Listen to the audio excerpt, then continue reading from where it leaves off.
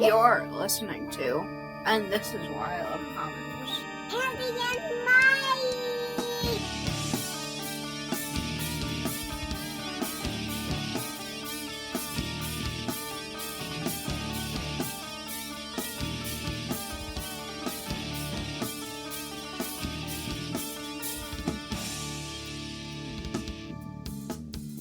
Let's see, we should probably do an intro. I'm not sure how I'm going to do episode 3 yet, but I could start. You liked us, you loved us, we're back again for another round. I'm sorry, I laughed at that. I could have used it. Try saying that again, and I'll try not to laugh. No, I'm going to try to say it without laughing myself. That's going to be perfect. Ah, crap. You ready? Yep, go ahead. Okay. You liked us, you loved us. We're back for round 3. That's right, and this is why I love comics. I am Andy, and this is Mike. That I am. And we're going to talk about a book eventually again. You know, we kind of like to talk beforehand. So as we are recording this, episode 1 is out, and episode 2 is being edited. So thanks for everybody who downloaded episode 1. We really appreciate it. We've decided, I think you decided for us, Mike, but I'm not positive, on what book we were going to talk about. I think you wanted to connect the first title that we talked about, which was DC Cosmic Odyssey. The book we are talking about now has a common factor in it. What is the common factor?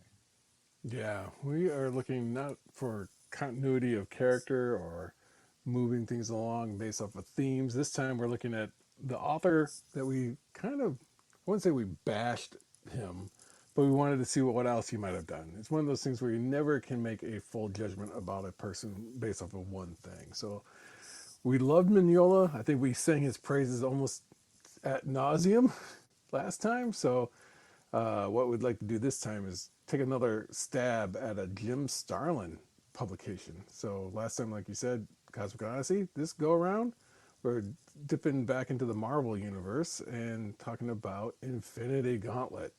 Yeah, Infinity Gauntlet. It was a 1991 series, so a couple years after Cosmic Odyssey, and this went for 6 issues. And the art, you'll probably hear me sing the praises of the art more than you will, Mike. But the art by George Pérez, and then also the art style of Ron Lim, who I am a fan of, and you are not. No. If I remember correctly. No, there's no memory involved. It is a dramatic shift. It's like somebody just punched you in the face with an art change. So I mean, they tried to make a nice segue where some of it was like George Pérez, penciler, and with Ron Lim. And I was like, ooh. So unfortunately, I don't do a whole lot of homework. I kind of go by the seat of my pants. I don't know. Was there a reason why the art switched midstream? I mean, there's only 6 issues. How can you not have completed 6 issues? Yeah, I didn't do the research either, but if I remember correctly, George Pérez, Mr. Pérez, who is my favorite art. Let me just state right now, George Pérez is my favorite artist in comics. So he can do no wrong in my eyes, whether you like him or not. He, to me, is the ultimate artist, and many will agree with me. I don't know why he switched off. I know Ron Lim, the books leading up to this series were mostly in Silver Surfer, where Ron Lim was doing the majority of the art. So they may have given it to him just because he had been building up this storyline in the Silver Surfer series, and so they didn't want to leave him out of the big event. So I suspect there's some of that. Yeah, I mean, there is something where I don't know if Perez would draw his issues in sync or in continuity or whatever. There's a term for it where you do page 1, then you move to page 2, then you move to page 3. But I've known of some other artists that have done it. Like they'll go like, I want to get to page 14 because that's the most difficult page I foresee. So I want to get that out of the way so then I can move on to these other ones. that are a little bit quicker to tackle. So they do it out of order. But yeah, as the issues progress, Perez's artwork is a little more simplified. It's never bad. It's just more simplified. Yeah, yep. I don't know. I don't remember if he had other series going on, or I know he's had some bouts with his health too, and maybe he had some health issues at the time. True. Um, Benefit of so the doubt. right, but he still looked gorgeous. So there's that. But the two styles, I think it wasn't that dramatic of a change as I thought it would be. Like thinking about George Perez's art and then Ron Lim back to back, I expected it to be more of a shock to the system from one artist to the Mm-hmm. next. But to me, it Ron Lim drew a little George Perez, if that's a word, and it flowed a little better. Now, I'm not saying that Ron Lim and George Perez's art were identical or anything like that, but it seemed to me that it flowed a little better than I thought it would. But again, I like both artists, so if you don't like Ron Lim's art, you're gonna notice it right away. It's kind of like, I don't think it was intentional, but obviously there was a segue between, the two where they both, Ron Lim got top billing, and then it was like Ron Lim and George Perez. I think it was on issue 5 or something like that of the series.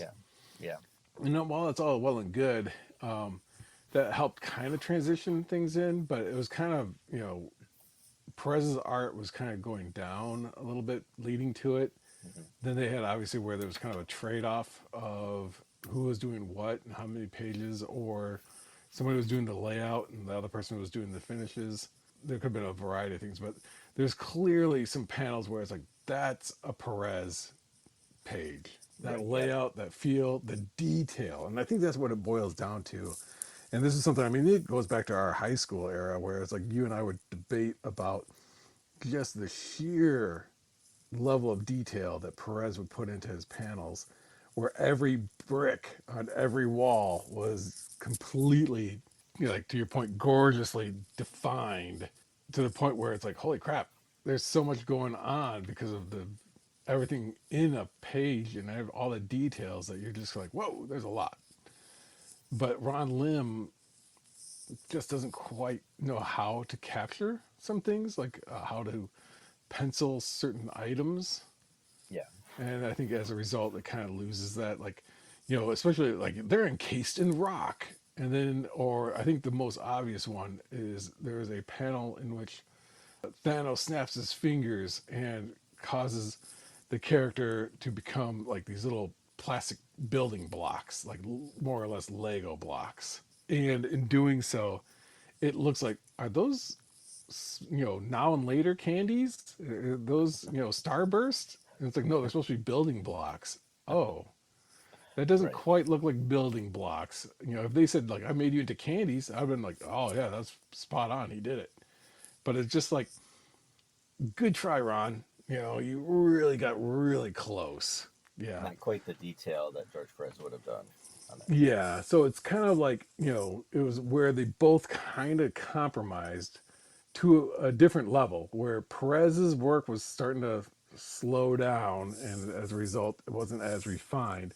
And Ron Lim really tried to up his game.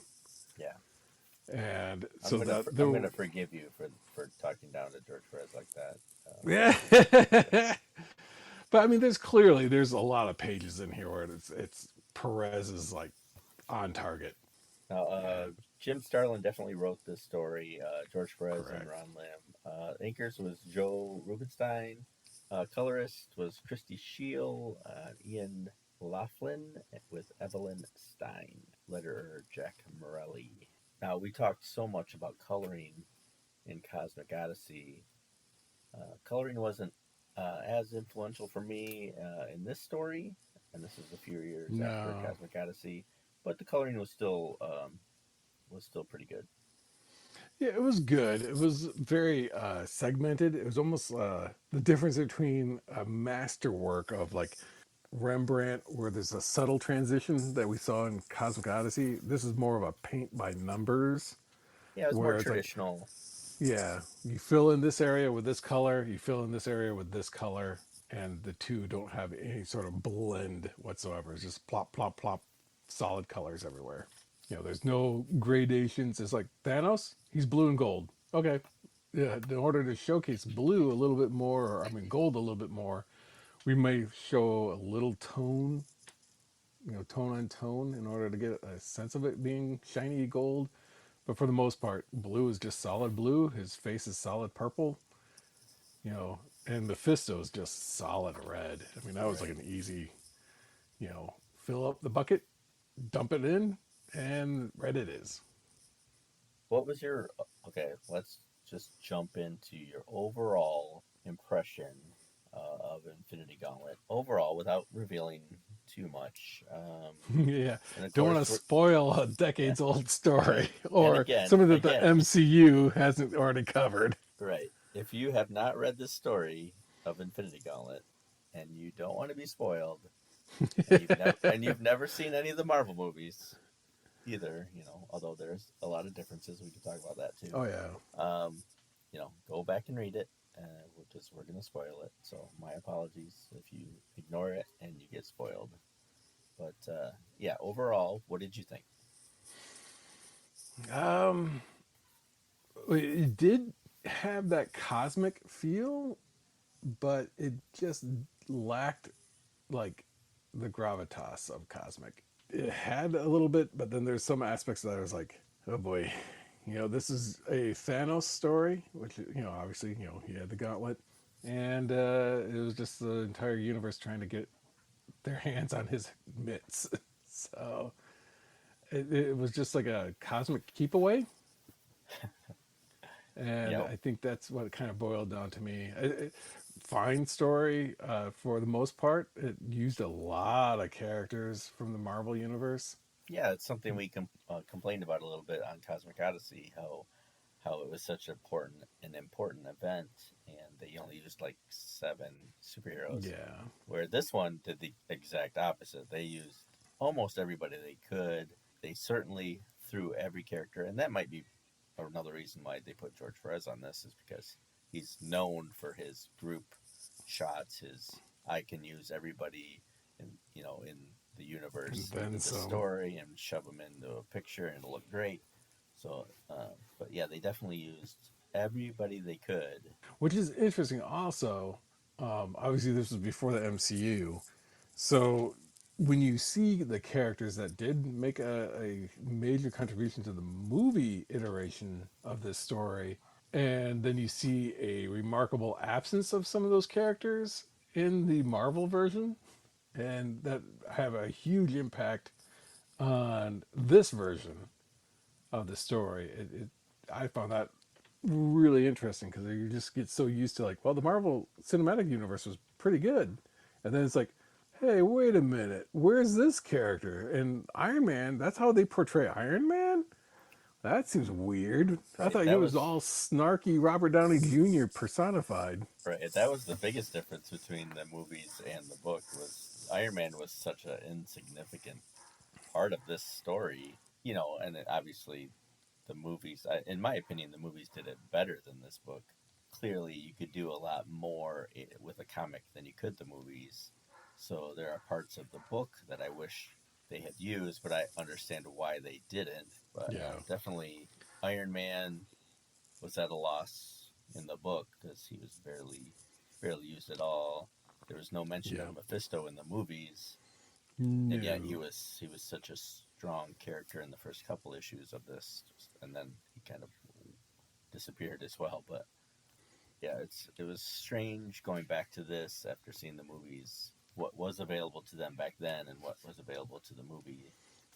yeah. You could tell what were who were hot topic characters in the universe at the time because a lot of characters made cameo appearances that really didn't have much sway in the story, but it was one of those things where it's like it got people buying the comic because oh look, Hulk is in it, or oh look, Nova is in it, or oh look, and it was like characters that at that time were like oh they're big deals, but then and that kind of leads actually to another issue I had with these is that, obviously there's a level of familiarity and, wanting to wrap up his story. But Starlin helped create Thanos. He helped create some of the other characters. And holy crap, did he shoehorn those characters that he wanted in, and the other ones kind of got some mild attention. Yeah, right. But it's like you could tell who he cherished in the Marvel universe and who he was like assigned to incorporate. Right, yeah, Please exactly. introduce Cyclops and Wolverine into the comic. Who's Cyclops? Who's Wolverine? Oh, I guess I can throw them in. Yeah, You the know, X-Men certainly didn't make too much of an impact on the Infinity Gauntlet series. Yeah, I mean, I question why Cyclops was in there at all. Really, Wolverine was the only one that was interesting, and Cyclops just was background noise.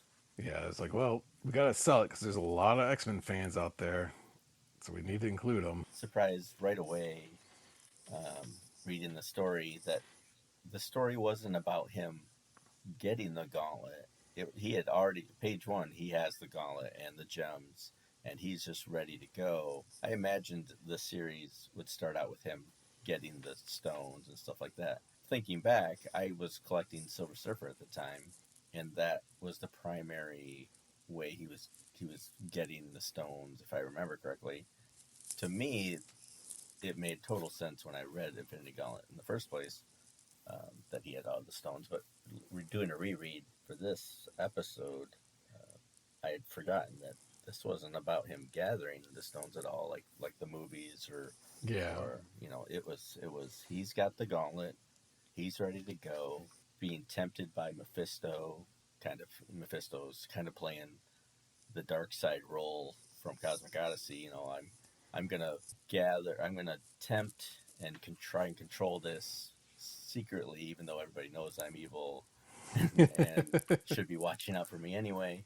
Talk to, whisper into Thanos' ear what he should be doing, and then of course, he's gonna try and do it. And yeah, that he has all this power already. Page one. yeah. If Mephisto could do that on his end, why would he need the gauntlet? Yeah, right. It's like I can already do all this. I can change reality just according to my own will. So why do I need the gauntlet to do this? Yeah, and this was my first experience with Mephisto. I don't have a lot of Mm. background knowledge of him being in any of the titles I collected. Maybe some Daredevil. Even then, I didn't get into Daredevil a lot. Trying to think where else I would have encountered him.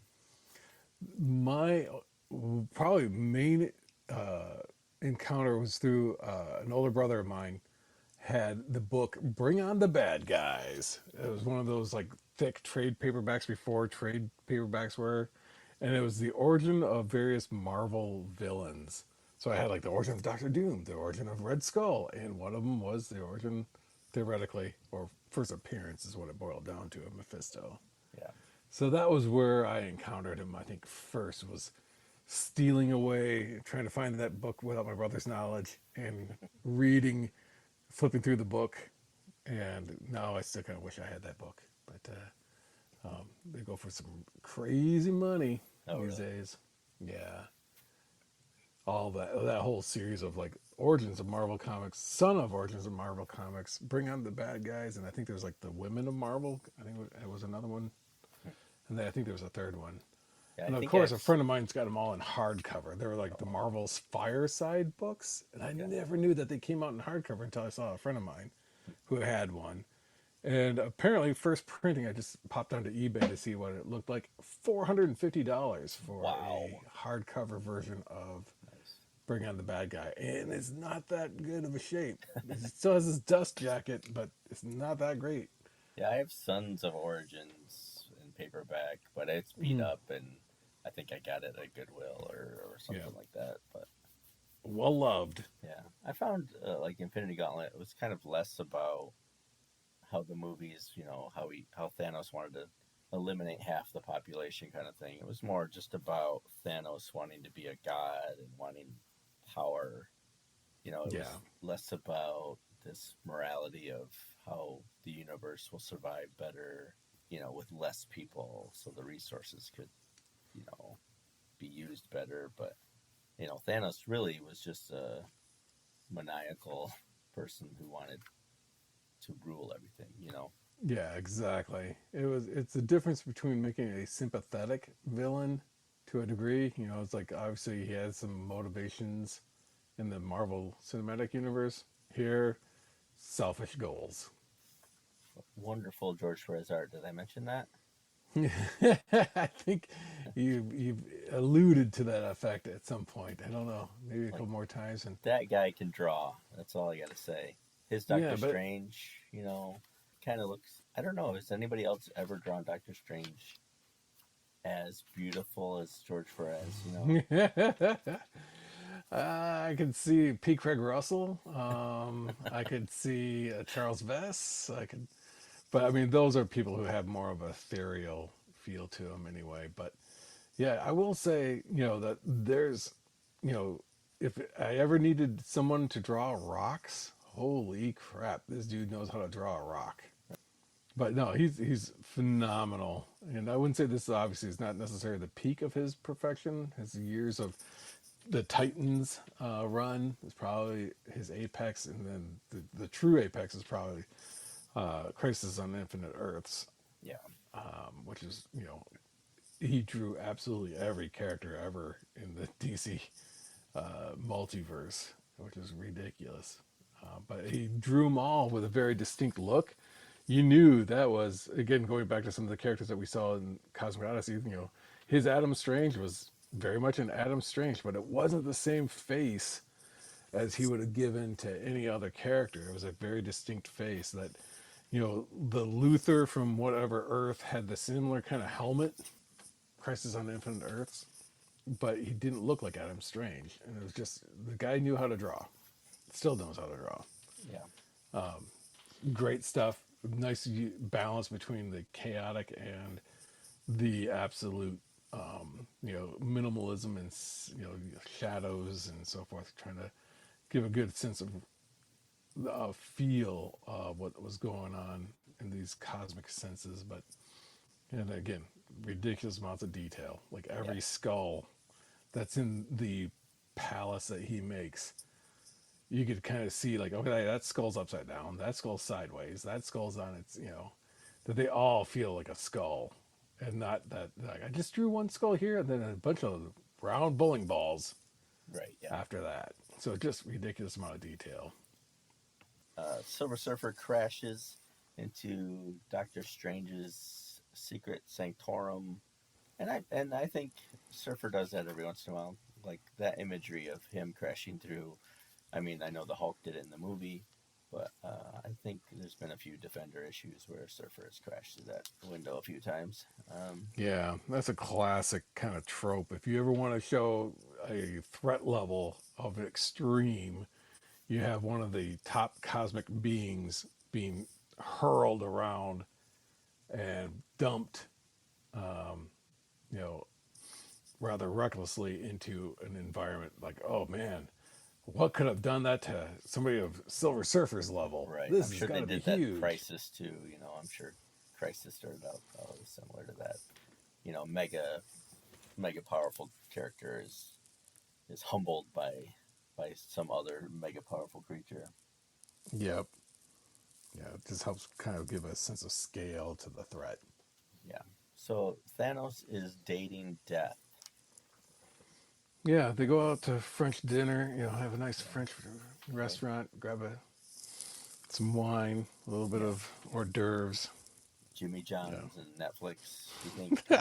Yeah, exactly. Hey, if you got the Infinity Gauntlet, it's going to be the best Jimmy John's you ever had. Because he's from Titan. His brother, he's got a weird lineage where his brother is Star Fox, and his father is Mentor from Titan. They're Eternals, right? Am I getting that right? Yeah. I think so. Yeah, one of those like cosmic beings up there with like, the Games Master and the, other kind of like collector and some other ones of that. Well, those kind are of the like, elders of the universe. yeah. But I thought he was one of those as well. That The mentor, gardener, the plumber, the candlestick maker. right. Yeah, the cobbler. I don't know what the gardener. Sure. Yeah, behold the cosmic being that repairs your shoes in the That's middle of right. the night. The cobbler. Every time I walked, water would get into the shoe. There was a hole in the bottom. Thank you, cosmic being, the cobbler. You fixed it. But I What? found it interesting because they do talk about where he got the gems. If Thanos goes up to this thing called the Infinity Well, so there's an Infinity Gauntlet and there's an Infinity Well, which is kind of like a cosmic viewfinder or something. I don't know. And then he talks about where he got the gems from. This was always a conundrum. Obviously these are, they're not called Infinity Stones like they are in the MCU. They're Infinity Gems. That's one big difference. But then the other difference is, how did he know to assemble these and how to use them? Like even something simple, like you're not warping reality with driving a car, but you still have to go through driver's ed. How did all of a sudden it's like, you got a reality stone? Okay, cool. Now I know how to warp all reality. It's one gem to bind them, one gem to, to rule them Yeah. all, and the darkness blind them. I don't Yeah. know. Yep. I just want to see one of these things that like somebody snuck in a mood ring stone in there instead, just to switch it out. Right. It's like, oh, Thanos is not, he's looking rather grumpy, or, ooh, he's impassioned. It's all purple in his mood ring.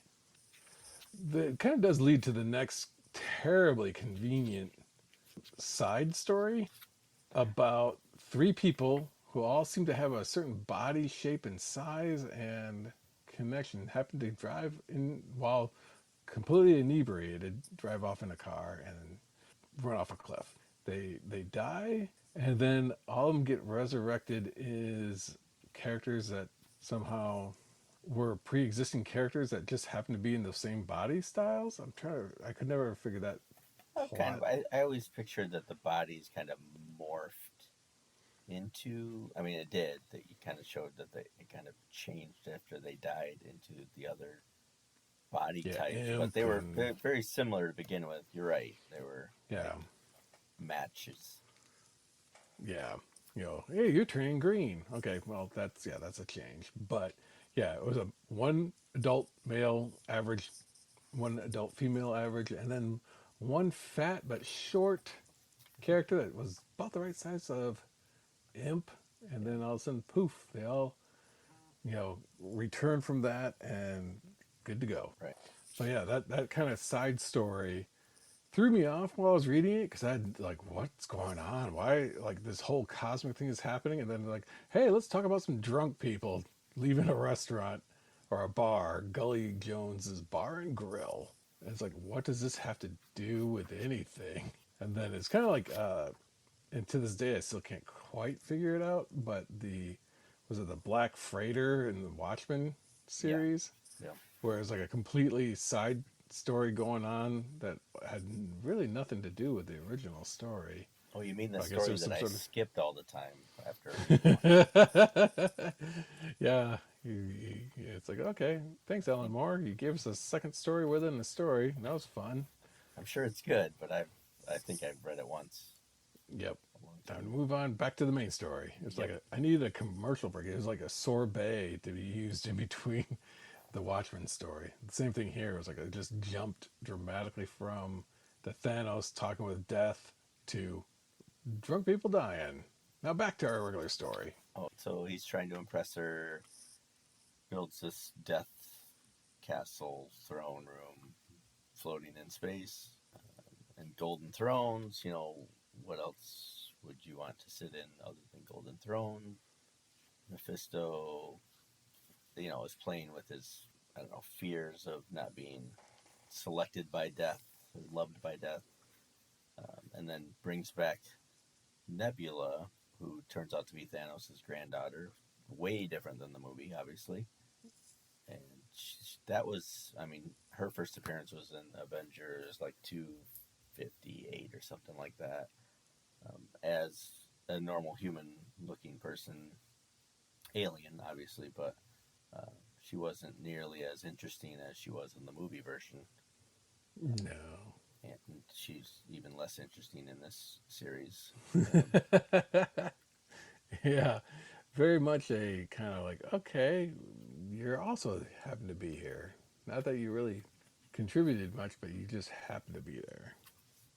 Finally, halfway through the first issue, Thanos does this famous snap, and people disappear. Yep. And then we get to see the ramifications of that. And that's probably one of the few things that I liked about the book. When they went back to Earth, showed the heroes, and then showed what's happening to Earth while these cosmic events are happening. I found that pretty interesting. Probably more interesting than the story overall, but just because you know already reading the story that things will eventually get back to normal, because there's no way that this series is going to destroy the universe, or even California wiped out, and Japan sunk under the ocean in a few pages from now. That's not going to stick. So it's kind of interesting to see what Jim Starlin wanted to do, knowing that's all going to be corrected eventually. Yeah, because it gave it some stakes. It added more, because obviously the Silver Surfer crashing in to Doctor Strange's place was like point number one. They're like, oh crap, someone took this out, so they got to be at a huge level. And then point two was like, oh crap, this is even worse because now half the people are gone, and and it shows how that had impact on things. But coincidentally, even though half of the universe is gone, there's still time to watch Elf on TV. And it's the same problem I had with the movie version of the Snap. I have with the book version of the Snap, in that all the main heroes survive and aren't snapped. Like the people you'd think Thanos would purposely make disappear, and he can do that because he made his father disappear, and he even said it in his text bubble that he particularly chose him. There are heroes that he chose, being Thanos. He would have eliminated Silver Surfer, anybody else. He has this infinite, wisdom of the stones, and couldn't he have just willed away all the Elder Guardians and Galactus and, initially? I mean, is that too much to ask? Yeah, if your threat level is this, you're out. Right. Yeah, you reach this level. Bye, Thor. I know you're going to mess with me later. And the movies were the same way. Obviously, they wanted to keep the main actors because they were contracted to be in this movie anyway. If you had the ultimate power, the first thing you would have snapped would be the people that would have tried to stop you the most, But, they go through. You see a gorgeous George Pérez Captain America. Did I mention that he really can draw?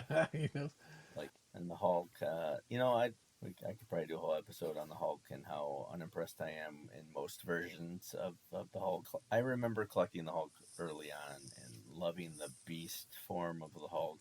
Just whenever he can talk, and I felt this way in the movies too. Like whenever he's smart Hulk, I just lose interest in him because I find it very uninteresting to have this super powered Hulk be introspective on why he should have all this power, and I find him very boring when he's intelligent. I don't know, that's just me.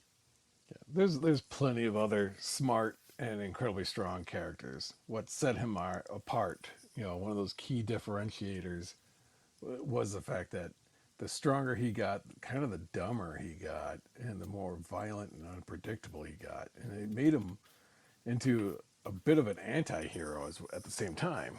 Because it's like, okay, yeah, Bruce Banner doesn't intend to cause all this damage. He has no control over what's happening, but it's still him. And that battle he had to fight in himself. But then when you kind of take that struggle away, it's like you're left with kind of a bland nothing of it. It's like, okay, you made him in a hybrid of both Bruce Banner and the Hulk. Then it's just a strong and smart character. And I do remember, because I read Silver Surfer, and Drax was in it so much, and his goal to kill Thanos, and how much power Drax had. I kept imagining in this series that Drax would matter even minutely more than he did in this story, But Yeah. really, he was just a background character too. He didn't do squat really, and Yeah. I was surprised at how little after all this build up that he really was not part of the story. Cover of issue 2 was great because it kind of reminded me of covers in the past where they have a list of heroes. You know, even like Yeah. X-Men, where that famous X-Men cover where Days of Future Past, where they have the covers Wanted. or the pictures in the background. You know, some are eliminated, so they have X's through them, or wanted or deceased. You know, written on there. Cover of issue 2, you know, has a list of heroes that have disappeared from the snap. I love that. Of course, George Yeah. Pérez made it wonderful. I will agree with the exception of one thing. You know, obviously Captain America's clenching his butt cheeks, but something's gone wrong with She-Hulk's butt. Well, And I'm not trying to she be doesn't have America's ass. You know, come on. yeah, but my goodness, it's just as rounded because of the inking. It just there's not a semblance of the secondary cheek, if you would. So it just looks like she's got a loaded diaper. Right. Well, gamma rays will do that to you sometimes. Yep. Or maybe she was so shocked by who all left she just couldn't control. And just boop. Oh, nuts. Yeah, it was interesting. Like you said, there's a lot of second tier characters. You know, with the exception of like the entire Fantastic Four was wiped out. Yeah, that surprised me. Yeah, because it's like, you know, Reed Richards is on one side, Sue Storm's in the upper, but on the right side, and then things kind of halfway down on the left side, and Human Torch is at the very bottom on the right side. So it's like, okay, you have four of them, and all four of them are gone. Right. Yeah. Later on, they have a interior page of who's disappeared, and I was going to ask you, like, out of everybody that they showed, who surprised you that was gone that they could have used in the story?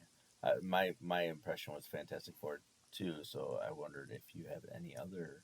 And there, I think some of them were more about like, I don't even know who this person is. So like their absence made zero. Like Diamond Lil, I don't know who that character is, nor do I know who Wind Shear is. Yeah, I didn't know who Winchell Shear was either. I mean, And it's the like, entire Alpha Flight was gone. I mean, that right away, you got yeah, to think, oh no. yeah. Sorry, Canada, you're out of luck.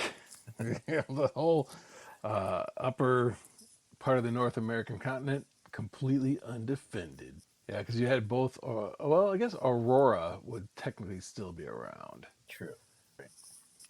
So I will say that I don't know if this was just a rush, but it didn't quite feel as if this was a Perez collection of characters. The bottom, you know, Captain America looked Perez, but a lot of these looked like, boy, did somebody, he just kind of like, okay, fill this in with photos of all these characters if you can find something.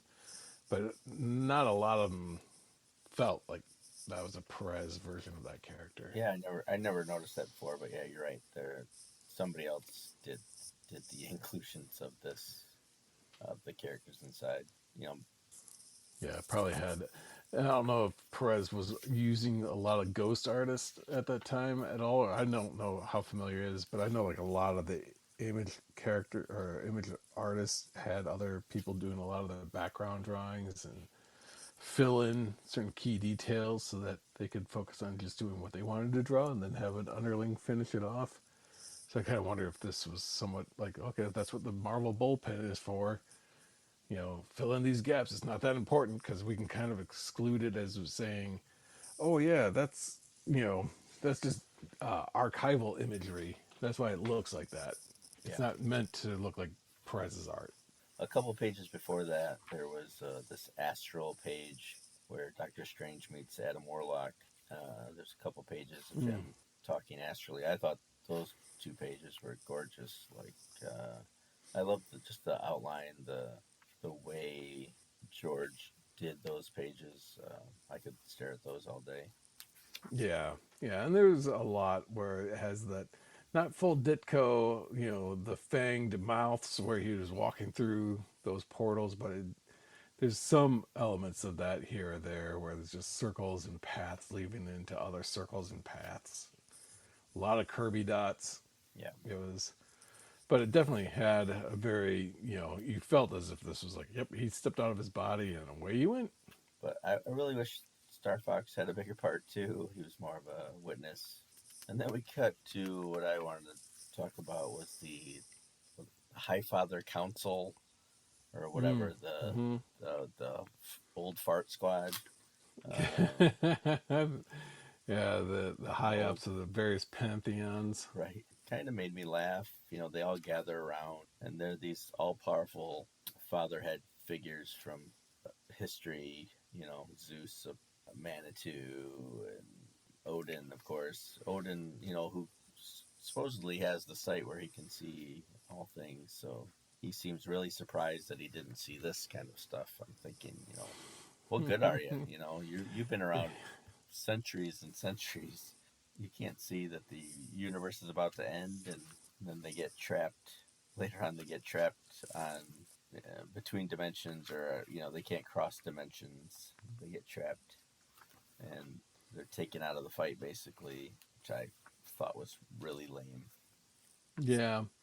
I'm also kind of curious though, like how many of these characters were developed to just kind of give a groundedness to this pantheon or gathering of heads of pantheons? Because it's like Zeus, I've seen him in the Marvel universe already, but the Mayan god, it's Zamna.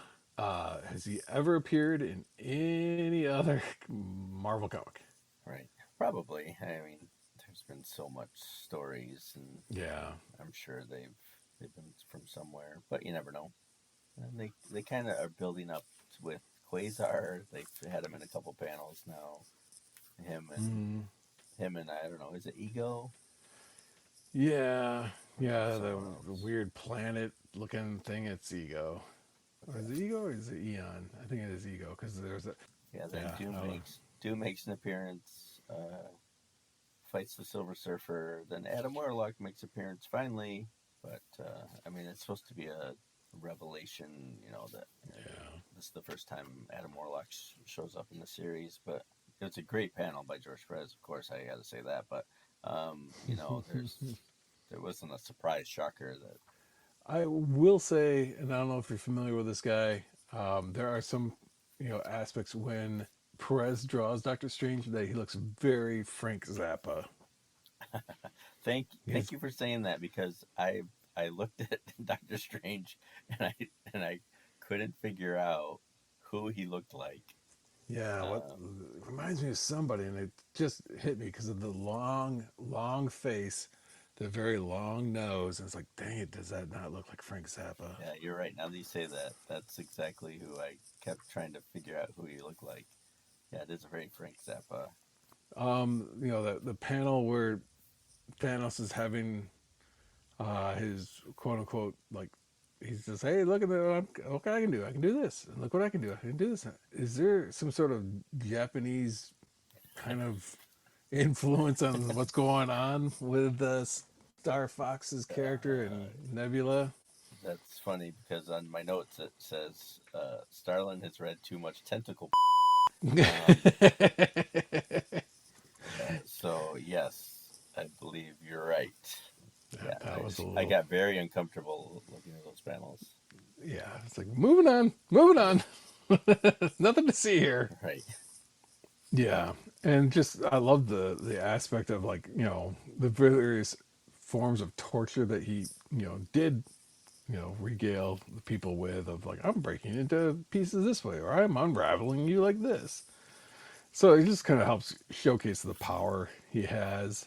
I know that this is a form of Galactus's ship, and I'm a huge Galactus fan, no pun intended. But there's something about Kirby's interpretation of Galactus's ship that was almost like a Mobius strip that I much preferred. This orb. I don't know what happened. I wasn't, as much as I like to think I like Galactus, there was probably some sort of story that was like, yeah, that ship gone away. This was what he's got now. This is a summer cruising ship. Takes it Yep. out for a joyride here or there. Kick the tires. I put an insurance on it only in the summertime. The rest of the time I just leave it in the garage. We finally see Iron Man, we're 60 whatever pages into the series, and finally Tony Stark shows up. It's definitely different than the movie version. And I'm not sure I'm crazy about, I don't dare say this, but about George Perez's version of Iron Man. I'm not. I mean, his costumes are really difficult to capture, and I think it's just a matter of like, is it really skin tight to him? Are these layers like a mech wrap around him? One thing that does throw it off for me though is Perez drawing eyeballs, and he probably has them. I mean, obviously Perez has drawn Iron Man for ages, and when he was doing the Avengers comic, the one thing about like having eyeballs that close to that faceplate is that his nose has got to be mashed right against it, just squashed flat. And it's like, okay, engage life support because I cannot breathe with this thing on. I forgot, was this taking place after a point where the android Human Torch came around? Because, like, obviously all the Fantastic Four was gone. So this Yes. is the return of the android. Yeah, in the West Coast Avengers, he returned and was part But of. yeah, but which leads to the fact that, if you were just coming to this book cold, you'd be absolutely like, I don't know who these characters are and why is there of any importance to me. It's like, okay, some of them you might know due to the, affiliation they have in the movies currently, but they don't really, Starlin doesn't do a great job kind of like spelling out who these characters are. So if you thought like, oh, I only know of one Human Torch, and that was from the Fantastic Four, who's this Yahoo? And if you didn't happen to go like, oh yeah, they brought back the original Human Torch from World War II, recently, you're like, they did what? Who?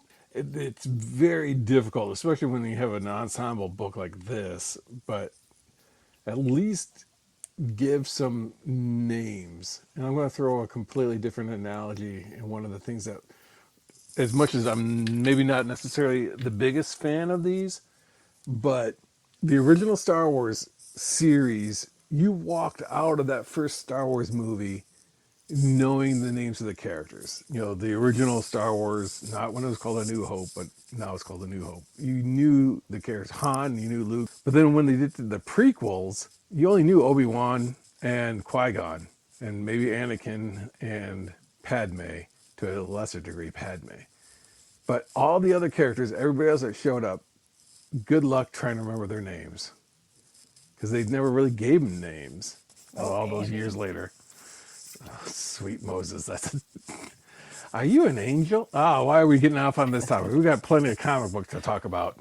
We'll save that for the Star Wars episode. Yeah, I have to talk to you about some of the things that I heard from my time that I got to go to Skywalker Ranch, and Right, I'll yes. elaborate on that. Whew. But back to the book. So we get into issue 3. And Yep. one thing about this cover, it's a good cover. All the heroes are attacking, they're coming towards the viewer, the reader. Mm-hmm. One thing I didn't mention earlier, but I have in my notes. Out of all the characters that George Perez draws, I don't like his Spider-Man one bit. It's just it doesn't flow like the others do. Like his Captain America's great, his Wolverine's really cool, Scarlet Witch, but his Spider-Man, I always have to stop and look at it and think, why don't I like this? And I can't. I never put my finger on why, but I don't like the way he draws Spider-Man. Yeah. What I would suspect is that on all the other characters, their costuming, especially if it's a skin tight costuming, is affected by the body. Like you look at Wolverine right next to Spider-Man, that kind of dark brown, there's a lot of shadows, but then it's highlighted with the brown.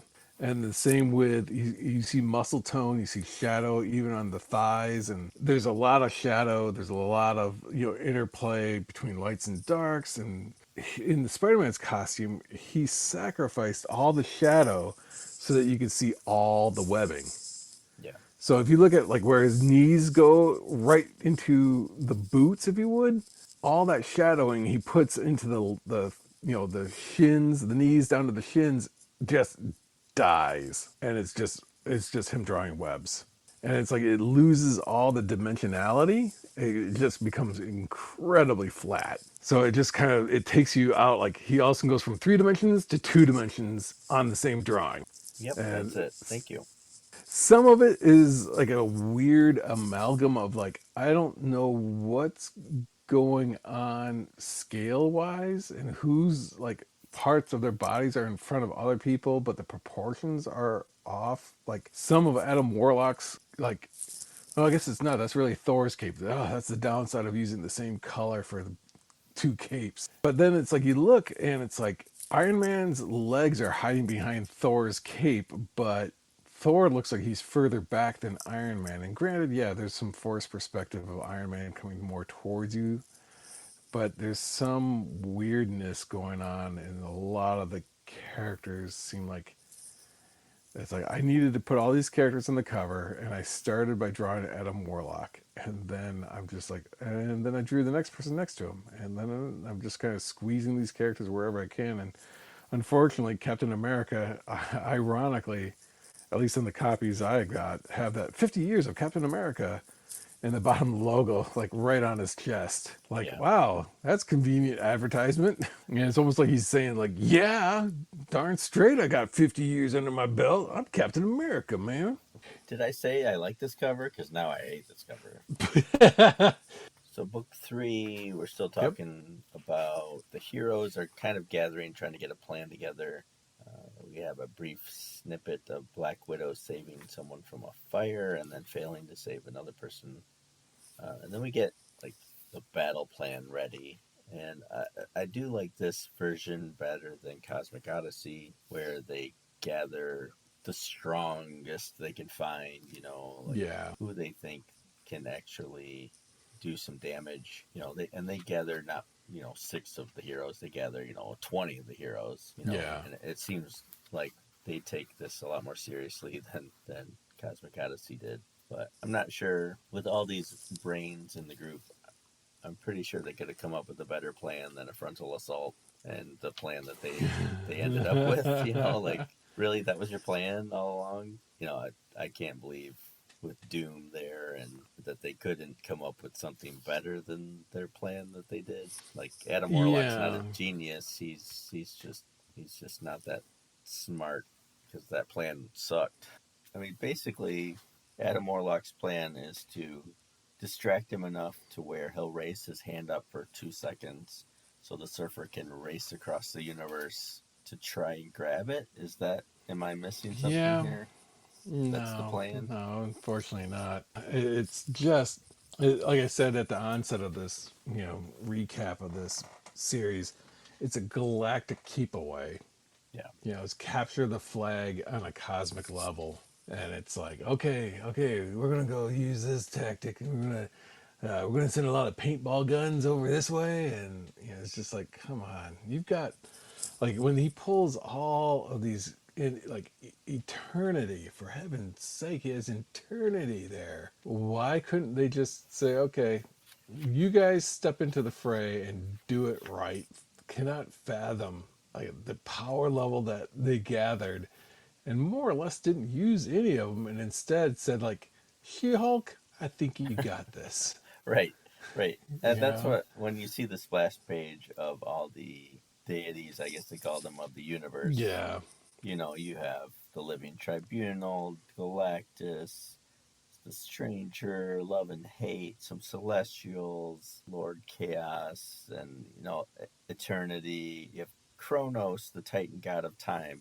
Doesn't that mean he could stop time? You could snag the gauntlet from Thanos' hand and call it Yeah. a day, right?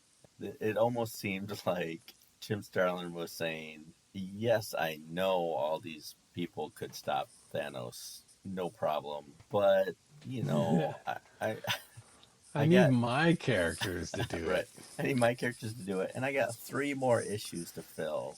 And I understand that there's you want the Infinity Gauntlet to be the ultimate weapon, but come on. I mean, you have people that can control time and stop time, and yes, Thanos can do that too. And like I said earlier, if Thanos wanted the initial snap, he could have erased all these guys and not have had anything to worry about too. So it goes both ways. Like, in my mind, Thanos could have prevented any of this from happening with just a forethought, and then these guys could have prevented anything from happening just by saying, "Hey, okay, we're done here. Let me have the gauntlet back. Thanks."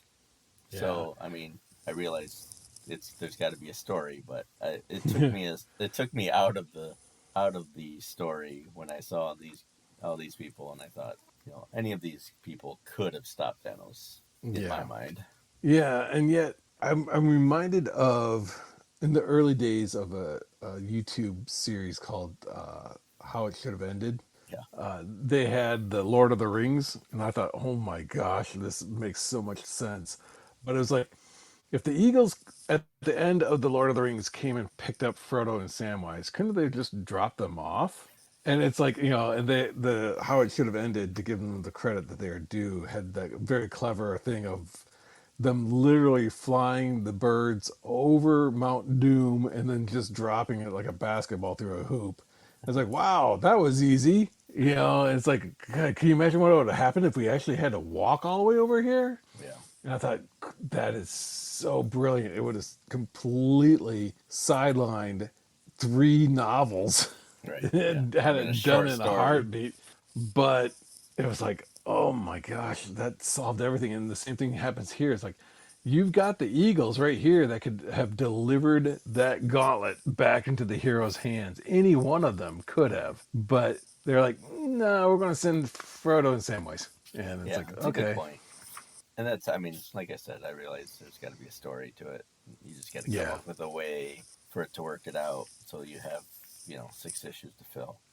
And I did enjoy, once the battle started with these super beings and Thanos, I did enjoy that issue where it was just all battle and they just duked it out, and you could see different things Thanos did to stop them, or how they tried to.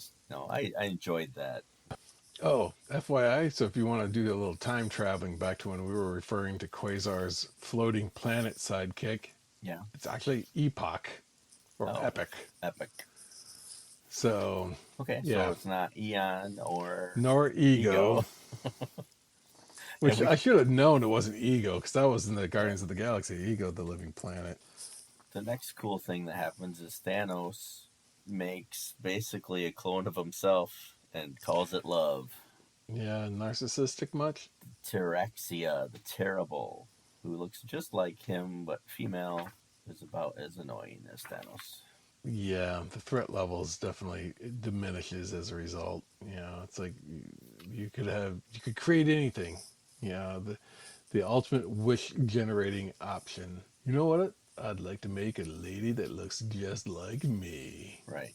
And again, here's my qualm about power level. You have a being called Death, and you just ticked her off, or maybe you haven't. I don't know. She doesn't show any emotion or anything like that. Couldn't Death stop Thanos? She's the one that gave him more power. Couldn't she take it away?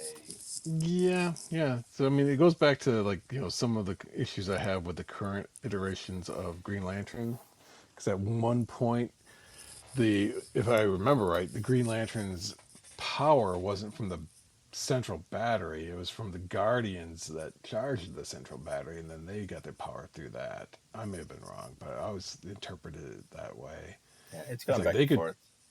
Turn it on, turn it off. Yeah. Honestly, if he's got the Mind Stone, it should give him infinite wisdom or infinite understanding or whatever it is. But if she's the personification of death, there's not a whole lot of room. She's not the personification of jealousy. She's not the personification of love. She has none of those attributes, because the only thing that she is death. So why is he I'm going to make her jealous? It's it's not in her. In that one way, I feel like Starling kind of captured it. But if Thanos was that smart and having possession of the Mind Stone, one would think he would be, why didn't he not realize that there's no way to win her over? Because is incapable. She's flat out it's not possible. The Watcher, really annoying, am I right?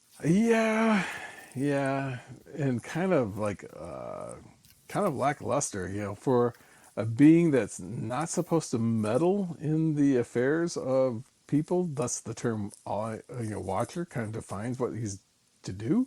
It's kind of like, okay, yeah, you just stand there. It just kind of seems like you kind of lost some of that by just being present. You're watching things. It's like, okay, got it.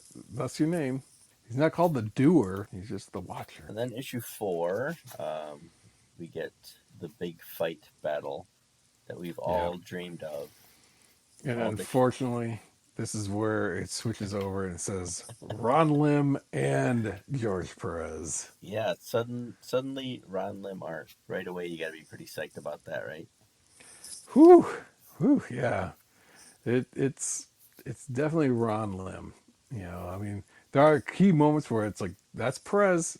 And then there's key moments where, whooey, that just happened to be Ron Lim wrapping that one up. And it is page by page, because there are some where the pages are clearly all Perez.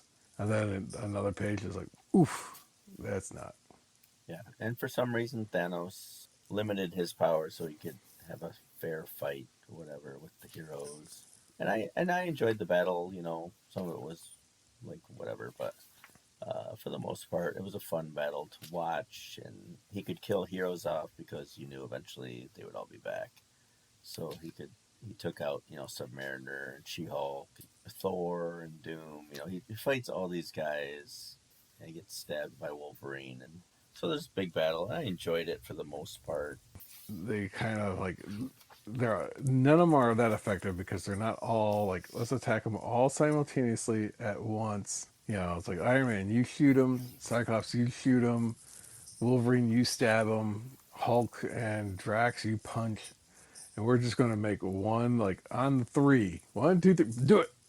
And it's like, nope, one at a time. Right, yeah, the superhero trope of the battle where you got to show each hero attack, panel-wise. It's cooler to see them one at a time than all at once. But.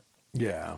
And there's, again, the difference between how Ron Lim would do something and how George Perez would do something. Page where Thanos blows up Cloak and reemerges. It's Thanos, but he's just straight on. There's no like, let's do a bird's eye view or let's look up at him. Like, holy crap, this guy's a mammoth. He's like fully returned and his back is all arched and his arms. I mean, this goes back to how to draw comics the Marvel way. And, it's like, you can have a character stand, that's fine, but what would be even better? Bow the legs out and have the back arched and just, boom, now the character has presence. This one is just him going like, my pits don't stink. And that's pretty much all he's saying. Yeah. And it's like, opportunity lost. And then to have like, this weird and kind of lazy glow around the Infinity Gauntlet. And it's like, Kirby dots are amazing when used effectively. This was not that use. This looks more like he grabbed a cheetah pelt. What is that? A little miss opportunity. But again, a very definitive difference between Ron Lim and George Pérez. Pérez probably had decades more experience in how to lay out a page. Ron Lim was still, he was good and it's consistent, but it's just kind of. Captain America's shield gets destroyed, just like in the movies. I thought that was kind of cool. And then Silver Surfer had one job. One job in this whole series, and he blew it. I was pretty disappointed in that plot line. And it was one of those things where it's a carryover from the previous issue. So this is a build-up. I don't know if you ever watched Dragon Ball Z, but it's like, I'm powering up. And it took episodes for Goku to get it up to level 9,000 or whatever. Just increasing power. And just as, you're waiting for something to happen. And then finally, it took 2 episodes or 3 episodes for Goku to release that power. And you're like, dadgummit, this is a slow-moving storyline. And then nothing happened from it. It's like all that build up and ultimately nothing. And the same thing happened here. It's like Silver Surfer was sidelined for how long, and ultimately nothing happened. Silver Surfer, cosmic being, power cosmic. I mean, he has a thing called the power cosmic, literally flying in to grab an item. He couldn't manipulate time, space, whatever, and just have extricated the glove off of his hand I thought in his any only other power ways. was surfing. Surfing, yeah. Yeah, well, I mean, in your title, it's that. So he's just like, this is like a relay race that just went horribly wrong. It's like, pass the baton. Oh, I missed the baton. Well, no, I'm lost in orbit. Yeah. So, and that was it. Silver Surfer, Power Cosmic, zoom to the flyby. That's it. And then it's like, I sense you out there, Adam Warlock. And Adam Warlock responds. It's like, wait a minute. How did Thanos know that Adam Warlock was out there? Because I thought that was the whole reason why they stood all the way across the universe, was so that he wouldn't be detected. So gaps in logic. But then it goes to like your key point, which I think you were elaborating on earlier, is here's Thanos, and then there's all the cosmic beings kind of standing next to each other conveniently in a row. And it's like, yes, finally, we're going to get some real cosmic battles between Thanos and his infinite power against infinite beings. Right. But that And does lead to what the Sam Scratch is that in the upper right corner. I understood who all these other characters are, but there's like a weird Funkadoo like spaceship going on. well, that's Galactus's ship. But earlier it was just the ball. Well, yeah, but he can change it to look however he wants. And that was a different artist, Mike. Come on. That's true. This is Ron Yeah. Lim art. Yep. Oh, and it definitely kind of shows Ron Lemart. But, I mean, we see Thanos getting attacked by Mephisto. And did I imagine it? Or did even Death start attacking him? And I guess. Yeah, she Oh, shows she up and it's is. like, you betray me too? I offered Okay. you the universe. Yeah. No. Yeah, there's the big picture where he says no, and Death is a kind of attacking Got a little black, Mephisto. black So he blast defeats lines. Death and everyone else that he could possibly defeat is going right for him, and then he defeats even Eternity. And of course, I guess they use that as a plot point anyway. Like Thanos defeats Eternity, and then he's so above everything else that he doesn't realize he's now vulnerable. They use that to his advantage, which I kind of like. Hmm. Yeah, but which came first, this or Aladdin, Disney's Aladdin of, unlimited cosmic powers, itty bitty living space? Nebula finally makes a play. She gets the gauntlet. Thanos is stupid for not having done anything about her. I don't know. Other than that, like once that big battle is over, Nebula gets the gauntlet, and I could care less, like even more about the series once she gets it. Yeah. It's like okay, Yeah, again, that's it's like, great. Yep. another quandary is like, if Thanos made this woman in his image and basically, was like, I want a female version of myself. Why is she like constantly cringing and whimpering at his feet? It's like, wouldn't she be reveling in the destruction and everything that he likes, she would like? Yeah, they lost an opportunity of actually making her interesting Yeah, in the a legitimate series. character of some sort. Yeah, like you could almost see if she grabbed the gauntlet instead of Nebula. Yeah, you made him too much like him Yeah, that she even carried his ambitions.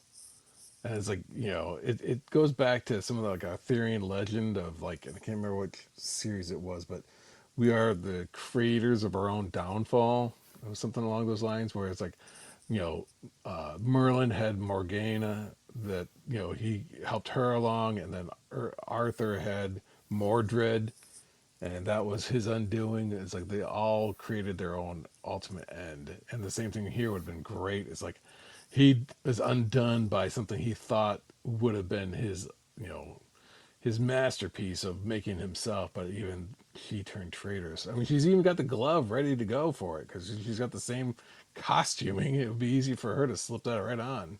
But instead, it's like, yeah, missed opportunity to have Nebula kind of like in her scaly, crypt keeper, from the Tales from the Crypt appearance.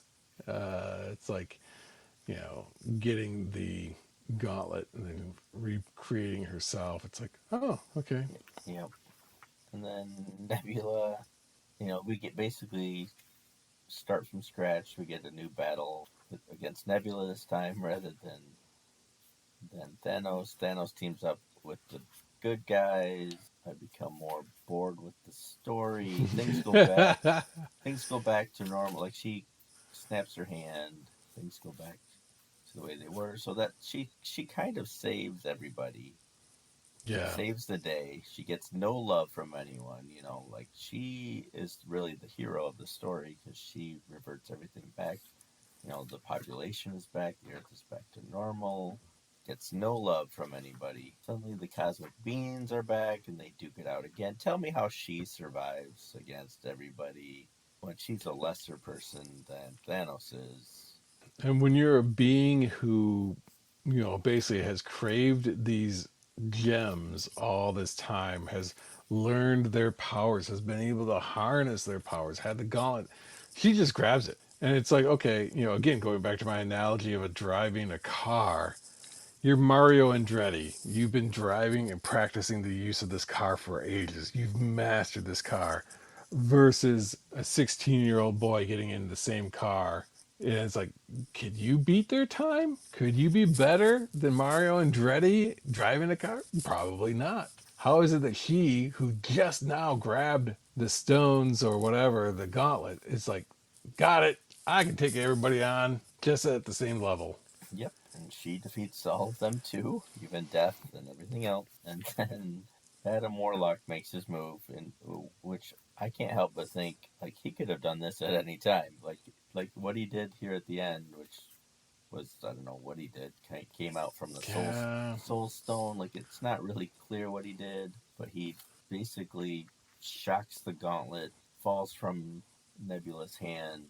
Everyone makes a run for it, and of course Adam Warlock ends up with it because I don't know how else to explain it. Yeah, somehow that he managed to, by having one stone, which I believe he was already trapped in at one point.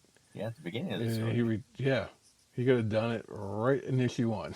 And then it's the classic kerfuffle of how many people can you get through a doorway at one time with them all getting stuck. It was almost like a Three Stooges moment of the prize is just ahead of us, and they all get stuck in the door at once, going, up, we're trapped, up. And why would Drax, I don't know, it's this idiot, I'm on your side, grab the Hulk, and it's just, and then, Star Fox grabs Nebula, and it's like a comedy of errors, and hair pulling is involved. I mean, these are cosmic heroes, and it's like, I'm pulling your hair. And it's like, did you do that in the playground in third grade, maybe? But yeah, then to your point, poof, a rainbow of Skittles on Adam's Warlock's glove, and we're off to the races. Thanos fakes his own death, but we find out later that he, of course, survived because Adam Warlock visits him, and we get the scene where his armor's in the cornfield or whatever, hanging up like a scarecrow. Adam Warlock ends up with the gauntlet, and I don't remember reading the story afterwards to know what happens to that. Apparently 2 more miniseries kicked off after this, like Infinity War and Infinity Saga, I guess. I don't know, something like that. Nothing. And the end is Thanos just sitting there on the step by the bay. Yeah. Wasting time. I mean, what I learned was Nebula's the true hero of this series. That's correct. Adam Warlock really could have stopped it all at the beginning of the story. And George Pérez really can draw. Yeah. And it's one of those things that you know it even more by comparison. Right. You see like, here's what Perez did, and here's what Ron Lim was capable of doing. it may have been one of those moments of there's a term for it, I don't know it right off, but it's like that where people have similar thoughts at the same time. Disney's Aladdin came out in 1992, where this came out in 1991. So the Wow. infinite cosmic powers in a tiny little living space actually came out after this series did. Hmm. But, Interesting. but obviously the animation takes 4 years or so to do a motion picture. It was Right. in the works ahead of time. Right. So overall, comparing the two stories we've reviewed so far, Cosmic Odyssey and Mhm. Infinity Gauntlet, how would you rate these? Yeah. So on the cosmic, well, let's see. Out of Infinity Gauntlet, I'd give it a solid 2 out of 5 or 6 Infinity Gems, Okay. and then yeah, it felt like a singular idea stretched too long far. Okay. 2 out of possible 5, and then let's say with the Cosmic Odyssey, in comparison, I have to say that I kind of like Cosmic Odyssey better than this. As much as we may have moaned and had our grievances, I felt like it was a quicker, and the story was a lot simpler. It wasn't just a matter of just dumping characters in. It wasn't shoehorning as much, and it was kind of more by the numbers. But as a result, it was a little bit more of a fun romp, an easier read. This one was just like, okay, let's talk about these drunkards for a little bit. Let's talk about these, superheroes that have vanished for a little bit. Let's talk about, and you're just like, oh, get to the point. And when they finally did, they took it 2 issues to basically one issue, let's wipe out all the heroes that could have done anything. And the next issue, let's wipe out all the cosmic beings that could have done a thing. And then to your point, let's just reset it with another person who has the gauntlet, and we go through the whole process all over again. And it's almost like, I was waiting for somebody to say, sorry, the princess is in another castle. You need to look elsewhere, kind of a thing. It's like, I just suffered through this whole, level of Mario, and now I have to go to another level, Yeah. Except to it's a find swim her. level. It's a swim level this time. Oh crap! I So hated that one. That one and the one that you slid all over the place, and you couldn't really slow your character down. yeah, I tend to agree with you. I think I think what I've learned is that between Cosmic Odyssey and Infinity Gauntlet, the art for Cosmic Odyssey was beautiful and overshadowed Jim Starlin's writing, which was just okay. And Infinity Gauntlet, George Pérez's art was beautiful, and Ron Lim's was okay. And again, it overshadowed the story to where I'm thinking, Jim Starlin. I mean, I'd love to find something that I love from him, but so far he's 0 for 2 for me. But the art on Cosmic Odyssey was just wonderful, and as much as I love George Perez, I would give the art to Cosmic Odyssey between the two. Don't tell him I said that though. Yeah, I But mean, it's the difference between classic comic illustration, which is a George Perez, and this newer approach to how to handle, a little bit more artsy, a little bit more defined look on things. And that's, where Mignola comes in. It yeah, has a fresher feel to it. It didn't feel like this is art from a while ago. And yeah, it just didn't quite. Oh, so it was Infinity War and Infinity Crusade. no Crusade. Okay, okay. Well, that was our review of Infinity Gauntlet by Marvel, and we have one more segment to hit. Do that next. Are you have your 6 questions to try and stump me, or Yes, I do. Trivia time. Boop, all right? ba-da, boop, boom. We need to find some theme song to go along Yeah, with we'll that. do a It's theme song trivia time. here, and we'll get right into the 6 questions. Okay, And we're back. and we're back. 6 questions. You have 6 questions. I have six Yep. questions, based loosely on Infinity Gauntlet. Yes, some are going to be very Some eclectic at best. right. Do you want to start? I don't remember who started last time, so Yeah, I'll give it a go. all right. You ask a Um, question, and then I'll ask a question. We'll do that again. yep. Okay. Yeah, we'll do that. Just alternate. All right. So, first one out of the gate. How Do you know that Silver Surfer is cosmic? How do you know the Silver Surfer is cosmic? Well, he usually reminds everybody that he's a Herald of Galactus in every issue that he's ever been in. But That's true. Sadly true. let's see. He rides a shiny surfboard? Oh, nearly. He has a glowing mouth. He has a glowing mouth. Yep. Every time you see him, his mouth is always open in that duh look, but it has a glow emanating from the inside of his mouth. And I found Yeah. it extremely distracting. Yeah, especially when he's emoting all the time. Yeah. Yeah, because every freaking it's like, okay, yeah, he's cosmic, but he might have a tongue, might have some teeth, but for some reason he shows his open mouth and it's just this like radiating lines of power coming from the inside of his mouth. Thus, he is cosmic. Okay, my first question. Three people leave a bar destined to die in a crash so that three other boring people can use their bodies. What was their names? And I'll accept their description as well as their names. The before or after photos, like before Jenny Craig and then after Jenny Before. Craig, or The before. I want to talk before. about the losers Oh that crap! die. Yeah, drunk short man, drunk middle-aged man, and drunk middle or young woman. That's about close. the best I can pull That off. is close.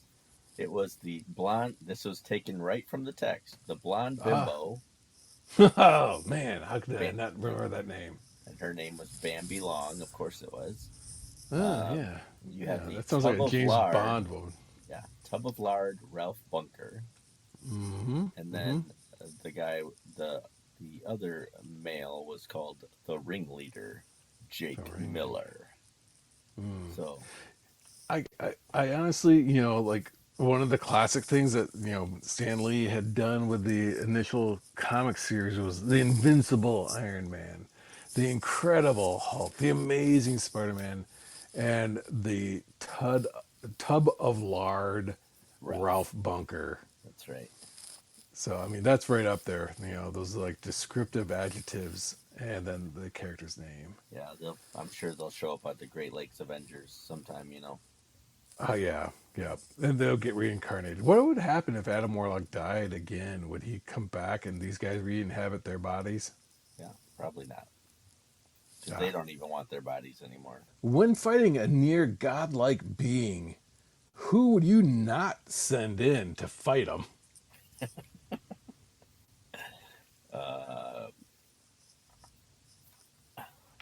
Is this the first battle with Nebula, or the second battle with Nebula, or the first battle with Thanos? I was thinking more of the first.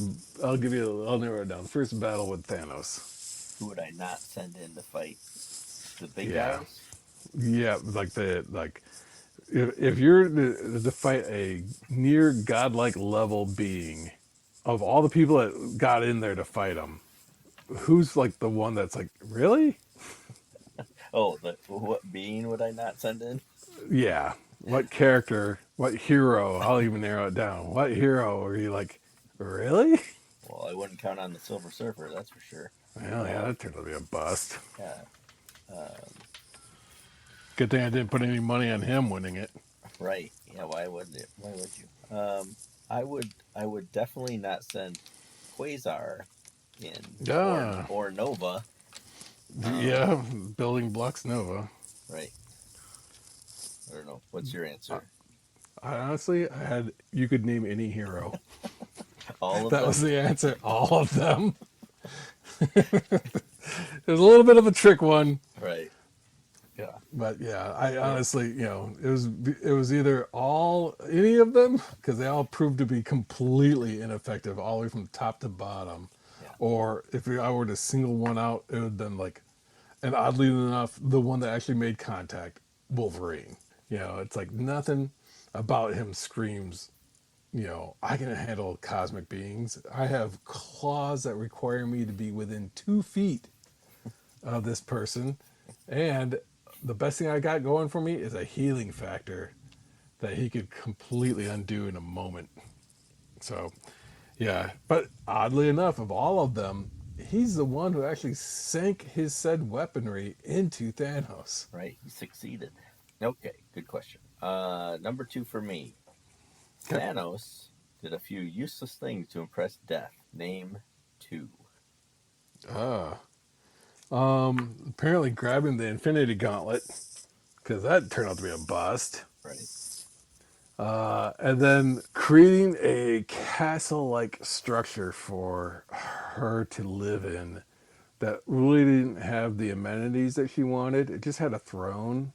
But she's a high-class woman. She's going to need some more than just a throne to sit on. I had gold thrones, a death shrine, Nebula brought back to life, and Oh, yep. and killing half the universe. Still did not Yep, impress that would them. have been done. Didn't do it. Just didn't Nope. do it. Yeah, she's kind of a She's frigid fickle. woman. Yeah. Yeah, yep. But she has the right to be. She's death after all. I will kind of follow that up with what is Thanos's secret desire? He loves himself so much that he made a clone of himself with boobs. Yep, spot on.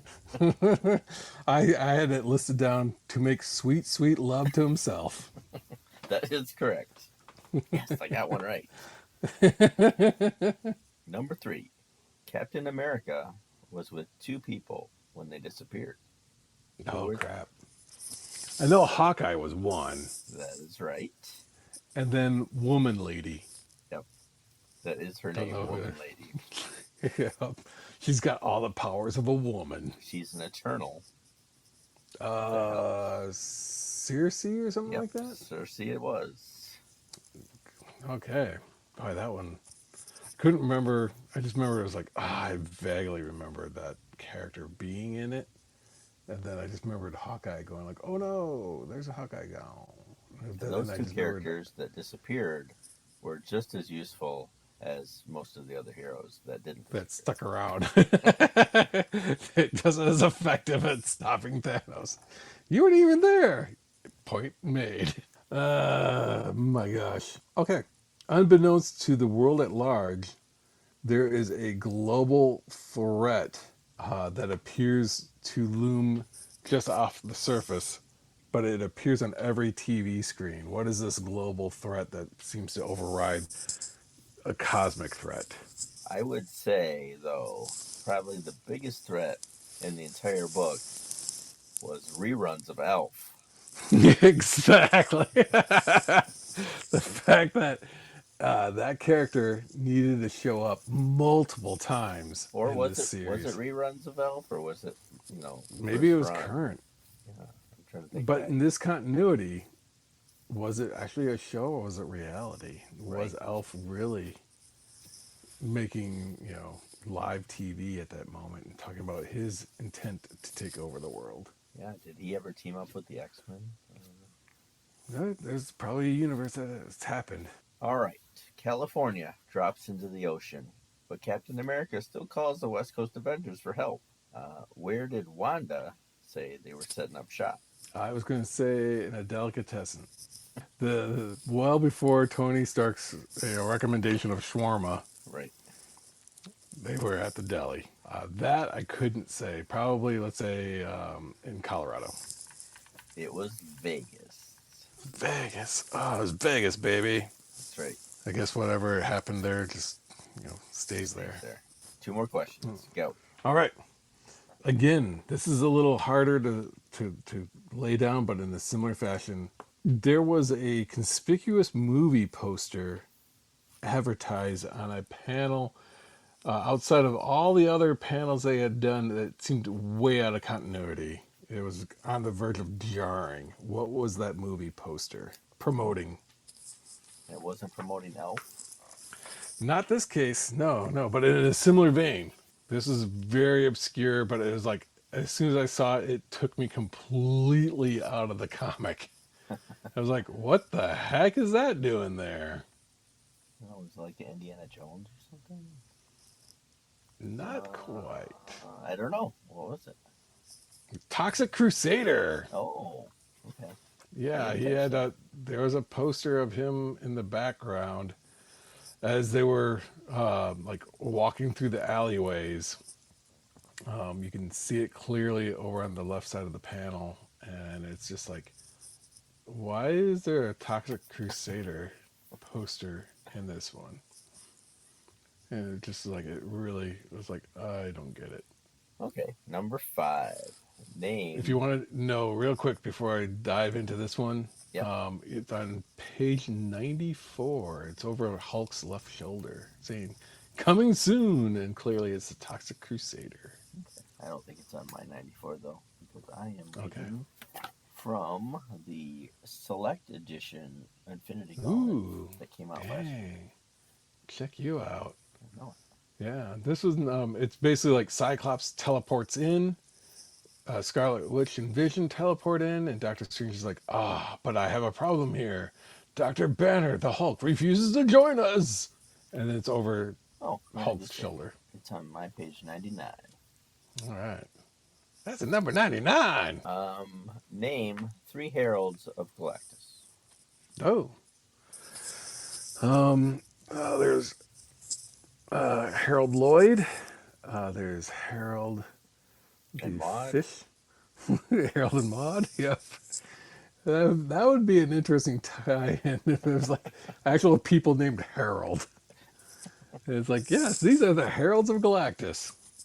Yeah, I don't think that would go very well. We should do a skit on that. Yeah. Heralds. Yeah, I would say we would have Silver Surfer, Fire Lord, and I think Terrax was a guy at some Correct. point. And then Airwalker was another one. Yep. And then Frankie Reyes Nova or whatever. Yep. I can't remember what her name was. And I'm sure And there's then a few other ones. Yeah, I think there was a Walker What 2. If Yeah. that had Aunt May was a Herald of Galactus. Harry and the Hendersons. Yes, you answered 3 at least, so well done. I had this written down, and I don't know exactly why I thought it was funny. At the time, maybe it's because it was something I had written, but thought it was funny, and then I just, now looking back at it, it's like, why is Silver Surfer held back from the fight? I don't know why. I just said there was absolutely no reason why he was held back. It served no purpose. Just because. Just because. It was like this build up that led to absolutely nothing. It was a complete waste of time. There was no reason to hold him back. Well, all right. So, True. I have one more question for you. all right. You ready for it? Yep. All right. Why do you hate Ron Lim? Okay, how much time do we have left on this podcast? No, we're wrapping up. No, Yes. we don't have that much time. Nah, it's just, I think what, and again, it's a little backwards for me to say this. But, because he's got amazing drawing skills. He's got ability to be able to do, art that I would only hope I could pull off. But there's an issue with faces, a lot of similar faces. Like his Captain America looks a lot like some of his other characters, and they all have the same kind of expression on their face. And then there's also a flatness. The proportions of the body seems to be off. And not in like a cool Frank Miller way where it's like the proportions were off, but it helped kind of like tell the story a little bit more. His are just like he's trying so hard to do a thing, and it just doesn't capture it. And I think a lot of it has to do with he uses the same approach to everything. Like if I'm drawing a face at this angle, it's going to look this way, and I'm going to put the same 3 dashes under the eyes to help represent the eye socket, kind of the curvature of the eyelid. I'm going to draw the same peak shadowing. I'm going to draw the same, and it's just, when he shows, like, let's say Captain America straight on, he will always use the same tick marks in the same location, the same way, throughout the entire run of Captain America. And I think that's what kind of the sameness, regardless of the outcome or the intent, is what I think is what loses it for me. Yeah.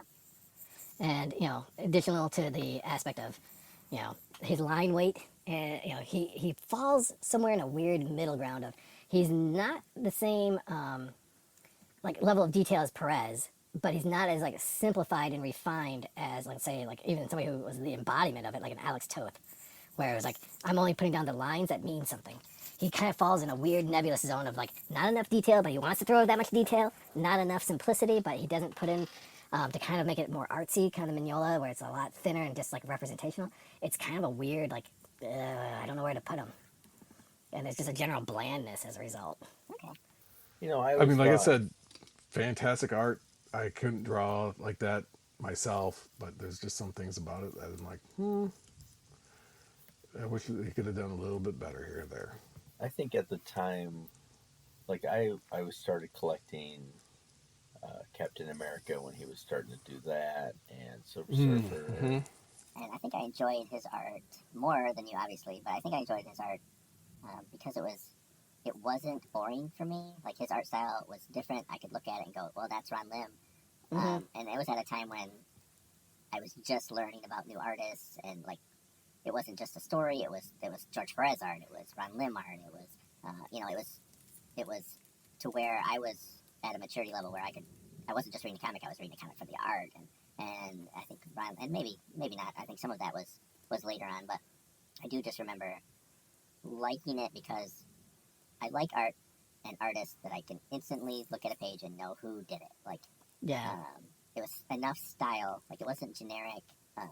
It's just kind of the same old person trying to repeat the last person. He was doing something on his own enough to where I could say he's doing his own style, And he's not trying to copy somebody else's. And I think for me, Ron Lim he has his own style, whether you like it or not. And I didn't like all of it. I mean, I love everything George does. But other than that, except his Spider-Man apparently. But for Ron Lim, for me, and the Captain America storyline with the Serpent Society and the early issues of Silver Surfer he did, I liked it enough to where I was just having fun reading the comic, and then his art kind of just added to it. So, but I can totally understand where you're coming from.